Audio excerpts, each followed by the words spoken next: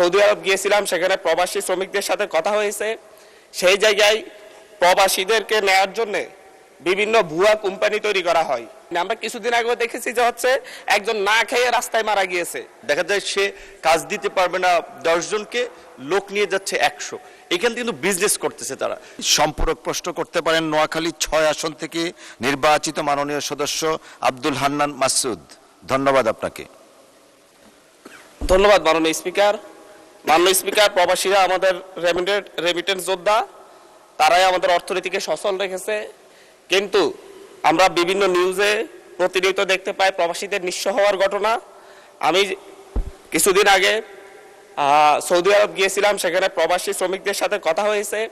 সেই জায়গায় প্রবাসীদেরকে নেওয়ার জন্য বিভিন্ন ভুয়া কোম্পানি তৈরি করা হয় এবং ভুয়া কোম্পানি থেকে যাদের কোনো অফিস থাকে না, কোনো নির্দিষ্ট ঠিকানা থাকে না, শুধুমাত্র কাগজে কলমে তাদের ঠিকানা থাকে, সেই ঠিকানা অনুযায়ী সেই কোম্পানির নামে বিভিন্ন চাহিদাপত্র তৈরি করে সরকারের কাছ থেকে অনুমোদন নিয়ে বাংলাদেশ থেকে শত শত শ্রমিকদেরকে সেখানে পাঠানো হয়। তারা সেখানে গিয়ে বিমান ভাড়া। মাননীয় সদস্য, আমাদের এটা হচ্ছে not statement, it's a question. Please আপনি একটা কোশ্চেন করেন, তাহলে অন্য মাননীয় সদস্য সুযোগ পাবেন আরেকটা কোশ্চেন করার। মাননীয় স্পিকার, আমি ব্যাকগ্রাউন্ডটা বললে কোশ্চেনটাকে ক্লিয়ার হতো। তো এই জায়গায় তারা সেখানে গিয়ে দেখতে পাই যে কোনো কোম্পানি নেই এবং তাদের কোনো চাকরি পায় না। আমরা কিছুদিন আগেও দেখেছি যে একজন না খেয়ে রাস্তায় মারা গিয়েছে।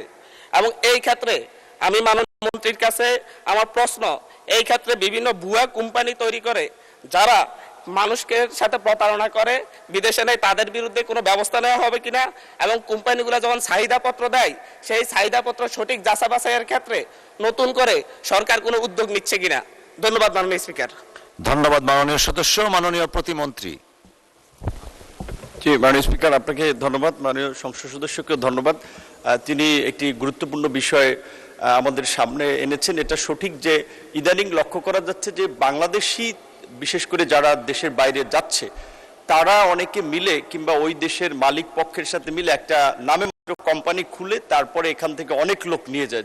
দেখা যায় সে কাজ দিতে পারবে না 10 জনকে, লোক নিয়ে যাচ্ছে 100। এখানে কিন্তু বিজনেস করতেছে তারা। সো এখন ওইখানে যখন একটা ডিমান্ড লেটার ওখানকার দূতাবাস কর্তৃক সত্যায়িত এখানে জমা দেয়, তখন কিন্তু আমরা এটা ধরে নেই যে ওখানকার এমবাসি যাচাই বাছাই করেছে।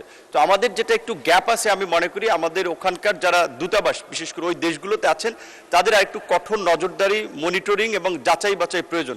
এই বিষয়ে আমরা পররাষ্ট্র মন্ত্রণালয়ে যৌথভাবে কাজ করছি। আমাদের মন্ত্রণালয়ের অধীনে 27টি দেশে 30টি শ্রম কল্যাণ উইং রয়েছে। এখানে যে জনবল এবং প্রকৃত অর্থে তাদেরকে যে ফিনান্সিয়াল সাপোর্ট দেওয়া হয়, সেটা এই কাজের জন্য যথেষ্ট নয়। আমরা এই বাজেটে সরকারের কাছে বরাদ্দ চেয়েছি আমাদের মন্ত্রণালয়ের লোকবল বাড়ানোর পাশাপাশি আমাদের পররাষ্ট্র মন্ত্রণালয়ের মাধ্যমে আমাদের রেগুলার ডিপ্লোমেসির পাশাপাশি মাইগ্রেশন ডিপ্লোমেসিকে আমরা গুরুত্ব দিচ্ছি। আশা করি আমরা কিছু এখানে প্রতিকারমূলক ব্যবস্থা ভবিষ্যতে নিতে পারবো। ধন্যবাদ। ধন্যবাদ মাননীয় প্রতিমন্ত্রী।